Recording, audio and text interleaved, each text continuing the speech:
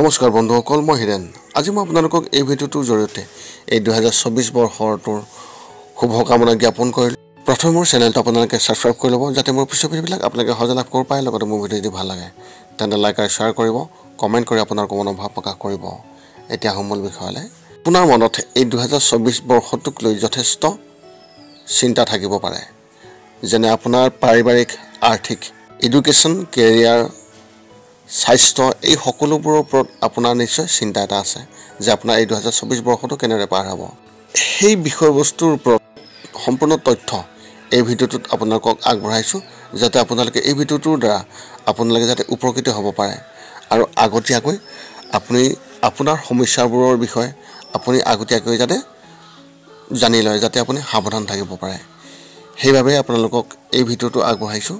এতিয়া আপুনি জানি লওক এই ভিডিঅ'টোৰ জৰিয়তে আপোনাৰ 24 বৰ্ষটো কেনেদৰে পাৰ হ'ব। তুলা ৰাশিৰ ব্যক্তিসকলৰ এই 2024 বৰ্ষত এওঁলোকৰ পাৰিবাৰিক জীৱনৰ ক্ষেত্ৰত এনেধৰণৰ। যদি ঘৰত কোনো সদস্যৰ বিয়াৰ কথা হৈছে তেন্তে নিশ্চিত হ'ব।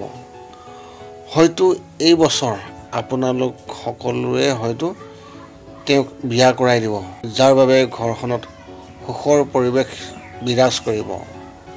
এই সময়ছোৱাত পিতৃৰ স্বাস্থ্যৰ বিশেষ যত্ন লওক, কাৰণ এপ্ৰিল-মে মাহত দেউতাকৰ অসুস্থ হোৱাৰ সম্ভাৱনা আছে। খৰচ তুলনামূলকভাৱে সামান্য বৃদ্ধি পাব যদিও আত্মীয়ই বহুত সহায় কৰিব। অৰ্থনৈতিকৰ ক্ষেত্ৰত এনেধৰণৰ। বছৰৰ আৰম্ভণিতে আপুনি হয়তো ডাঙৰ আৰ্থিক লাভ দেখিব, কিন্তু চুৰিৰ সম্ভাৱনাও অতি বেছি। এনে অৱস্থাত ৰাতি শুই উঠাৰ আগে নিজৰ দোকান বা ঘৰৰ তলা ভালদৰে বন্ধ কৰি ঘৰৰ সকলো দুৱাৰ খিৰিকী পৰীক্ষা কৰি চাব লাগিব। এই ক্ষেত্ৰত আপুনি গাফিলতি কৰা উচিত নহ'ব, নহ'লে ভৱিষ্যতে বহুত আক্ষেপ কৰিবলগীয়া হ'ব পাৰে। ঘৰৰ মহিলাসকলেও ঘৰৰ পৰা ওলাই যোৱাৰ সময়ত সোণ বা অন্যান্য মূল্যৱান গহনা পিন্ধিব নালাগিব। এইবোৰ চোৰে চুৰ কৰি নিব পাৰে আৰু আপুনিও আঘাত পাব পাৰে। ঘৰৰ আৰ্থিক অৱস্থাৰ বিষয়ে ৰাজহুৱাভাৱে কথা কোৱাৰ পৰা বিৰত থাকক, নহ'লে কাৰোবাৰ চকুত পৰিব পাৰে। ব্যৱসায় আৰু কেৰিয়াৰ ক্ষেত্ৰত এনেধৰণৰ। ব্যৱসায়ৰ সন্দৰ্ভত কিছু কৌশলৰ ওপৰত কাম কৰিব লাগিব, নহ'লে পিছ পৰি থাকিব লাগিব আৰু লোকচানৰ সন্মুখীন হ'ব লাগিব। প্ৰতিদ্বন্দ্বীসকলৰ পৰা কঠিন প্ৰত্যাহ্বান আহিব যদিও আপুনি নিজকে শক্তিশালী কৰাত ব্যস্ত থাকিব। বন্ধু বান্ধৱীৰ পৰা সহায় লাভ কৰিব, কিন্তু সেয়া যথেষ্ট নহয়। যদি আপুনি চাকৰি বিচাৰি আছে তেন্তে এই বছৰ পাব, কিন্তু আগ্ৰহ ল'ব নোৱাৰিব। আপোনাৰ বেছিভাগ মনোযোগ নতুন চাকৰিৰ সন্ধানত থাকিব। পুৰণি চাকৰিটোক লৈ বিভ্ৰান্তি হ'ব আৰু কোনো এটা বিষয়ক লৈ আপোনাৰ সহকৰ্মীসকলৰ লগত তৰ্ক হ'ব পাৰে। শিক্ষাৰ ক্ষেত্ৰত এনেধৰণৰ। এইবাৰ ছাত্ৰ ছাত্ৰীয়ে লাভ কৰিব মিশ্ৰিত ফলাফল। আপোনাৰ মনোযোগ অধ্যয়নৰ লগতে অন্যান্য ক্ষেত্ৰতো কেন্দ্ৰীভূত হ'ব। ইয়াৰ বাবে আপুনি পৰীক্ষাত কম নম্বৰ পাব পাৰে, কিন্তু একে সময়তে আন ক্ষেত্ৰৰ পৰাও সুবিধা পাব। কলেজীয়া ছাত্ৰ ছাত্ৰীসকলে নিজৰ কেৰিয়াৰক লৈ বিশেষভাৱে গুৰুত্বপূৰ্ণ ল'ব পাৰিব আৰু ইয়াৰ বাবেও কিছু সুনিৰ্দিষ্ট সিদ্ধান্ত ল'ব পাৰিব।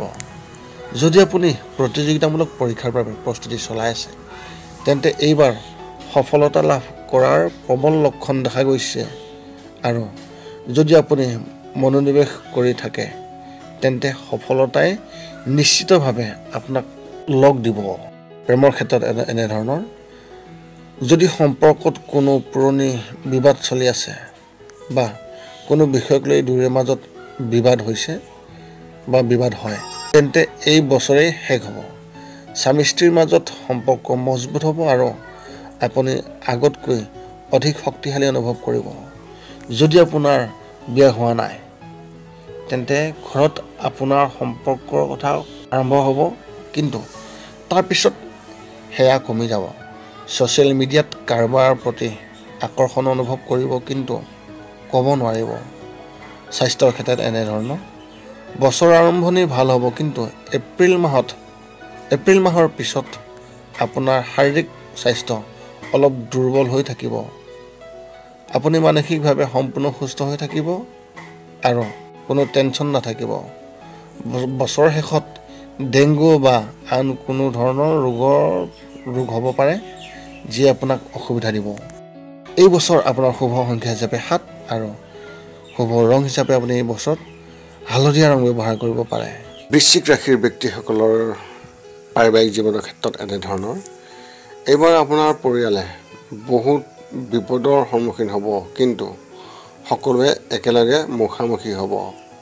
ইয়াৰ বাবেই সকলোৰে মাজত পাৰস্পৰিক প্ৰেম বৃদ্ধি হ'ব আৰু সম্পৰ্কবোৰ অধিক শক্তিশালী হৈ উঠিব।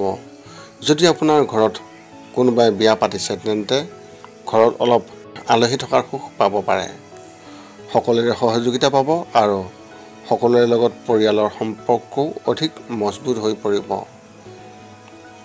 আপোনাৰ ঘৰত বহুদিনৰ পুৰণি সম্পত্তিৰ বিষয়ে আলোচনা হ'ব আৰু বিক্ৰীৰ সিদ্ধান্তও ল'ব পাৰে। একোৰে অভাৱ নহ'ব, মাত্ৰ বছৰৰ মাজভাগত মাকৰ স্বাস্থ্যৰ বিশেষ যত্ন ল'ব লাগিব আৰু আপোনাৰ ঘৰতে বনোৱা খাদ্যহে আপুনি তেওঁক বিশেষভাৱে খুৱাব। অৰ্থনৈতিক ক্ষেত্ৰত এনেধৰণৰ। বছৰ আৰম্ভণিতে বহু ধৰণৰ আৰ্থিক প্ৰত্যাহ্বানৰ সন্মুখীন হ'বলগীয়া হ'ব পাৰে। আপোনাৰ ঘনিষ্ঠ কোনোবাই আপোনাৰ ক্ষতি কৰিবলৈ চেষ্টা কৰিব পাৰে, কিন্তু আপুনি সেই বিষয়ে জানিব নোৱাৰিব। এনে পৰিস্থিতিত আনৰ লগত সম্পৰ্ক নষ্ট নকৰিব আৰু কাকো বেয়াকৈ নক'ব, কাৰণ আপোনাৰ দুৰ্বল আৰ্থিক অৱস্থাত কেৱল আন আত্মীয় আৰু পৰিয়ালৰ সদস্যৰ সহায় আপোনাৰ বাবে উপযোগী হ'ব। বছৰ মাজভাগত আপোনাৰ বাবে আৰ্থিক ভাৰসাম্যৰ সময় হ'ব। এই সময়লৈকে আপুনি পুনৰ নিয়ন্ত্ৰণ লাভ কৰিব আৰু আপোনাৰ খৰচো নিয়ন্ত্ৰণত থাকিব। বছৰ শেষত কিছুমান সময় নিশ্চিতভাৱে আৰ্থিকভাৱে ভাল হ'ব, কিন্তু সেইটো আপোনাৰ আশা অনুসৰি নহ'ব। এনে পৰিস্থিতিত মনটো হতাশ হৈ থকাৰ সম্ভাৱনা আছে। ব্যৱসায় আৰু কেৰিয়াৰ ক্ষেত্ৰত এনেধৰণৰ। ব্যৱসায়িক দৃষ্টিকোণৰ পৰা এই বছৰ আপোনাৰ বাবে বৰ বেছি শুভ নহয়। কিছুমান ক্ষেত্ৰত আপুনি যথেষ্ট ক্ষতিৰ সন্মুখীন হ'ব লাগিব, যাৰ বাবে আপোনাৰ মনটো হতাশ হৈ থাকিব। অৱশ্যে বন্ধু-বান্ধৱী আৰু আত্মীয়ৰ পৰা সম্পূৰ্ণ সমৰ্থন পাব পাৰে, যাৰ ফলত সহায় লাভ কৰিব। এনে পৰিস্থিতিত সকলোৰে লগত খোজ মিলাই থাকিলে আশা কৰাতকৈ ভাল ফলাফল পাব, নহ'লে বহুতো কঠিন পৰিস্থিতিৰ সন্মুখীন হ'বলগীয়া হ'ব পাৰে। এই বছৰে শ্ৰমিকসকলক অতি মিশ্ৰিত ফলাফল কঢ়িয়াই আনিছে। যদি আপুনি নিজৰ চাকৰিত অসন্তুষ্ট হয়, তেন্তে এই বছৰ নতুন সুযোগ পাব, কিন্তু সেইবোৰ বৰ ফলপ্ৰসূ নহ'ব। যদি আপুনি চাকৰি বিচাৰি আছে, তেন্তে পাব, কিন্তু বেছি দিন নাথাকিব। শিক্ষাৰ ক্ষেত্ৰত এনেধৰণৰ। শিক্ষাৰ ক্ষেত্ৰত সাৱধানতা অৱলম্বন কৰা হৈছে।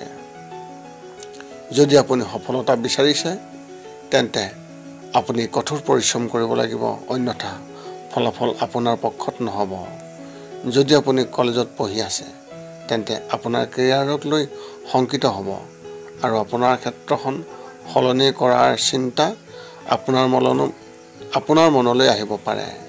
ঘৰৰ আৰ্থিক অৱস্থালৈ চাই আপুনি নিজৰ কেৰিয়াৰৰ প্ৰতি বিশেষভাৱে গুৰুত্বপূৰ্ণ হ'ব আৰু কিছুমান সুনিৰ্দিষ্ট সিদ্ধান্ত ল'ব পাৰে, যিবোৰ ভৱিষ্যতৰ দৃষ্টিকোণৰ পৰা লাভজনক হ'ব।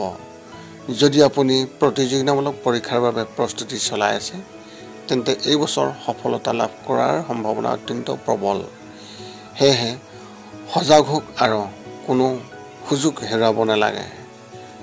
প্ৰেমৰ ক্ষেত্ৰত এনেধৰণৰ।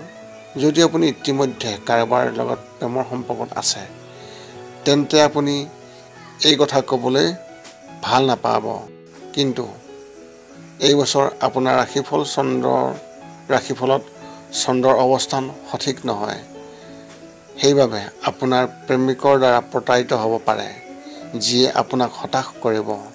এনে পৰিস্থিতিত ধৈৰ্যৰে কাম কৰক আৰু ইয়াৰ বিষয়ে বেছিকৈ নাভাবিব, কাৰণ ই কেৱল আপোনাৰ ভালৰ বাবেহে হ'ব, যাৰ বিষয়ে আপুনি পিছত গম পাব। যিসকল বিবাহিত তেওঁলোকৰ সংগীৰ সৈতে অধিক শক্তিশালী সম্পৰ্ক হ'ব। এইবাৰ আপুনি আপোনাৰ সংগীৰ সৈতে ক'ৰবাত ওলাই যাব পাৰে, যাৰ ফলত আপোনাৰ সম্পৰ্ক আৰু অধিক শক্তিশালী হ'ব। স্বাস্থ্যৰ ক্ষেত্ৰত এনেধৰণৰ বছৰ আৰম্ভণি খুবেই ভাল হ'ব আৰু স্বাস্থ্যৰ উন্নতি হ'ব। বছৰ মাজভাগত আপোনাৰ স্বভাৱ অলপ খিংখিঙীয়া হৈ পৰিব পাৰে, যাৰ বাবে বন্ধু বান্ধৱীৰ লগত মতানৈক্য হ'ব, কিন্তু সোনকালে সমাধান হ'ব। কিন্তু সময়ত আপোনাৰ আক্ৰমণাত্মক স্বভাৱটোৱে আপোনাৰ বাবে সমস্যাৰ সৃষ্টি কৰিব পাৰে। সেয়েহে আপোনাৰ খং নিয়ন্ত্ৰণ কৰক আৰু কাৰোবাক কঠোৰ শব্দ কোৱাৰ পৰা বিৰত থাকক। শুভ সংখ্যা হিচাপে আপোনাৰ এই বছৰত 4 আৰু শুভ ৰং হিচাপে আপুনি এই বছৰ ধূসৰ ৰং ব্যৱহাৰ কৰিব পাৰে। ধনুৰাশি ব্যক্তিসকলৰ ক্ষেত্ৰত এই 2024 চনটোত এওঁলোকৰ পাৰিবাৰিক জীৱনৰ ক্ষেত্ৰত এনেধৰণৰ এই বছৰটো আপোনাৰ পাৰিবাৰিক জীৱন অলপ অশান্ত হ'ব। বছৰ আৰম্ভণি ভাল হ'ব যদিও মাৰ্চ এপ্ৰিল মাহত কিছু বিসংগতি হোৱাৰ সম্ভাৱনা আছে। এনে পৰিস্থিতিত বিষয়টো তীব্ৰতৰ হ'ব পাৰে, কিন্তু ধৈৰ্য ধৰিলে পৰিস্থিতি সমাধান হ'ব। বছৰ মাজভাগত পৰিয়ালটোৰ কোনো ধৰ্মীয় অনুষ্ঠান সংঘটিত হোৱাৰ ইংগিত পোৱা গৈছে। ইয়াৰ বাবে পৰিয়ালটোৰ পৰিৱেশ ধৰ্মীয় হৈ থাকিব আৰু আপুনি শান্তি অনুভৱ কৰিব। অক্টোবৰ নৱেম্বৰৰ পিছত স্বাস্থ্যৰ যত্ন লওক। যদি তেওঁলোকৰ ইতিমধ্যে কোনো ৰোগ আছে তেন্তে চিকিৎসা কৰাওক। অৰ্থনৈতিকৰ ক্ষেত্ৰত এনেধৰণৰ এইবাৰ আপুনি আৰ্থিক দৃষ্টিকোণত অধিক আৰ্থিক শক্তি দেখিব যদিও লোকচানৰ সম্ভাৱনা অত্যন্ত প্ৰবল। আপুনি আপোনাৰ কামত মনোনিৱেশ কৰিব লাগিব, কিন্তু যদি আপুনি আন ঠাইত ধন বিনিয়োগ কৰি আছে তেন্তে তাৰ পৰা আপুনি নিশ্চিতভাৱে লোকচানৰ সন্মুখীন হ'বলগীয়া হ'ব পাৰে। এনে পৰিস্থিতিত আপোনাক এনেধৰণৰ পৰামৰ্শ দিয়া হৈছে যে এই বছৰ আপুনি হয় বিনিয়োগ এৰাই চলিব লাগিব, নহ'লে ভালদৰে বিনিয়োগ কৰিলে ধন বিনিয়োগ কৰিব লাগিব। যদি আপুনি অনলাইন শ্বেয়াৰ, ক্ৰিপ্ট'কাৰেঞ্চি বা তেনেকুৱা কিবা এটাত বিনিয়োগ কৰিছে তেন্তে লোকচানৰ সম্ভাৱনা অত্যন্ত প্ৰবল। আনহাতে যদি আপুনি মাটি, ষ্টাৰ্টআপ আদি বস্তুত বিনিয়োগ কৰিছে তেন্তে লোকচান নহ'ব।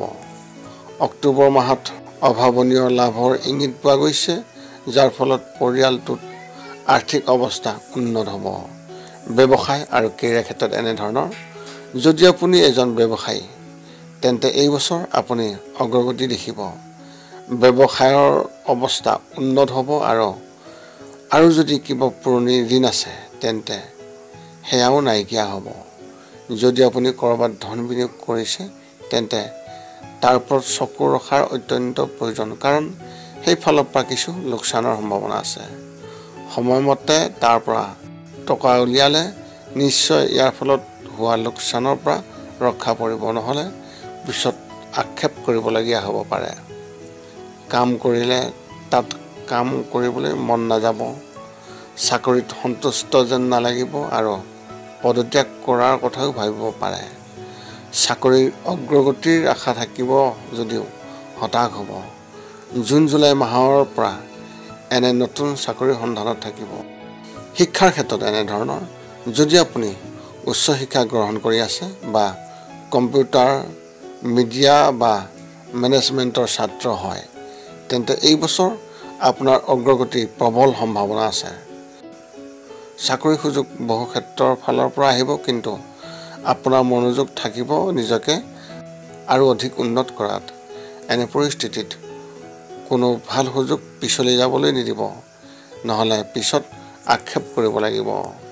চৰকাৰী চাকৰিৰ পৰীক্ষাৰ বাবে প্ৰস্তুতি চলাই আছে তেন্তে এইবাৰ আপুনি আপোনাৰ শিক্ষক শিক্ষয়িত্ৰী বা ছিনিয়ৰৰ পৰা গাইডেঞ্চ পাব। সকলোৰে সৈতে একেলগে প্ৰস্তুতি চলালে আচৰিত ধৰণৰ উপকাৰ পোৱা যাব, যিবোৰ ভৱিষ্যতে অতি উপযোগী হ'ব।